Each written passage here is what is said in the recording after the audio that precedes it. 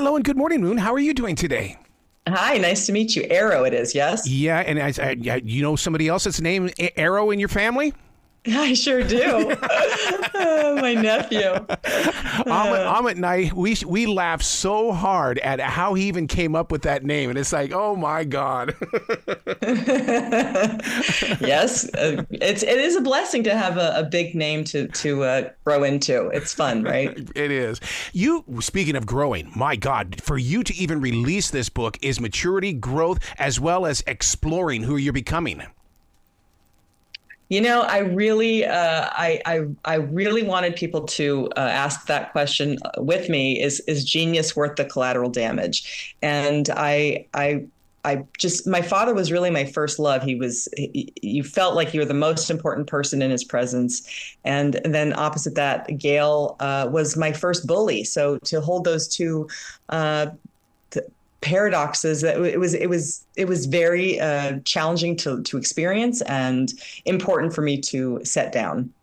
One of the things that I think one of my connections to it is the fact with Gail, that relationship, because my stepfather was just an evil man. But yet as an adult, it's like, okay, he did say things that I can use as tools today. Have you found that to be true in any way?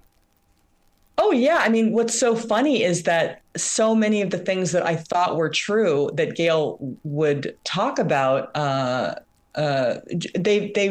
woven into the fabric of who I am. Family is the most important thing, or pay attention to details. If you get one for yourself, get one for everybody. I mean, there was always these ideas that were that I took literally, and so it was quite a shock that in the end her final word was, in summation, I don't really have any love for you. I don't wish you well eternally. It was such a massive betrayal, and that was a chance for me to just rethink everything that I understood as what family is, what trust is, what loyalty is, what connection is. And I think we all felt like we had put in the time to support my father. And it just came as a real shock. So that's where the origin of this book began. But Moon, when your forgiveness is stolen, how do you recover from that?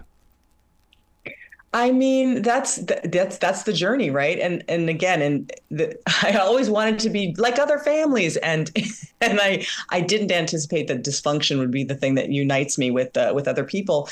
But again, I had a privilege of resources, and so I if people feel like they're a fish out of water in their own home and they don't have a right to exist, and then this is really a book for them as well, because that dichotomy is it's tricky. It's very tricky. And books and music and art and dance, those things saved my life. And so this is my offering as a skeleton key to help set somebody else free too. One of the most beautiful songs inside this book is the fact that you love to have dinner with your son. I mean, to be with your family having dinner is something special for you. Yeah, I mean, it really is the most important thing to me. My name, Moon, because I'm, well, I took it literally that I'm supposed to have no light of my own and just reflect the light of my father. I was so literal. And then Unit, I was the first born, so we became a family unit.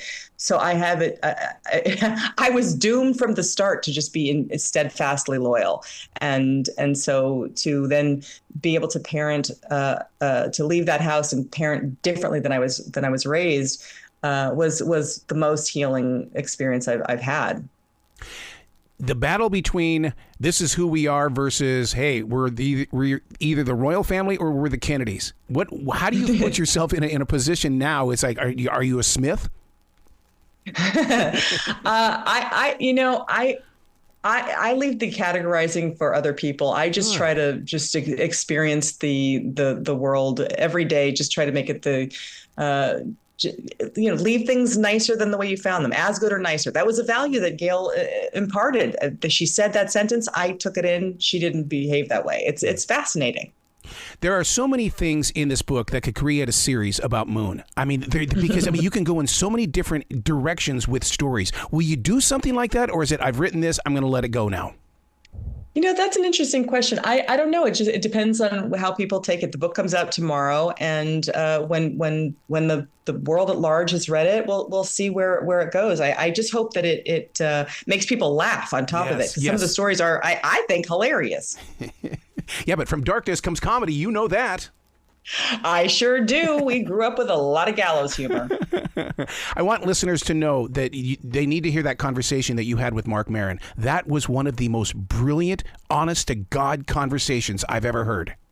It was really fun. I agree with you. It's a must listen. And go to moonunit.com too, and you can see what else I'm up to. I have a tea company, and I post all kinds of goofy things. I have a list of resources of people that I really love, and I hope to raise other people up and expose people to, resources and set themselves freer sooner. You got to come back to this show anytime in the future, Moon. The door is always going to be open for you. Thank you, Arrow. I appreciate you, and I'll remember you. Thank you. You be brilliant today, okay? Okay, thanks so much for your time.